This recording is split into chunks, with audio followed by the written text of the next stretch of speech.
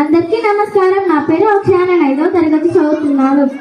గౌరవనీయులైన ప్రధానోపాధ్యాయులు గారికి, ఇన్ఛార్జ్ మేడం గారికి, ఉపాధ్యాయులందరికీ, నాతోటి విద్యార్థులకు 80వ స్వాతంత్ర దినోత్సవ శుభాకాంక్షలు.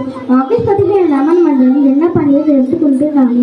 స్వాతంత్ర దినోత్సవం అంటే కేవలం వేడుకలు జరుపుకోవడమే కాదు, ఇది దేశభక్తి మరియు స్వేచ్ఛ యొక్క మధురానుభూతి. మనకు 1947 ఆగస్టు 15న స్వాతంత్రం వచ్చింది. బ్రిటిష్ వారు వర్తకం కోసం వచ్చి 200 సంవత్సరాల పాటు మన దేశాన్ని పరిపాలించారు.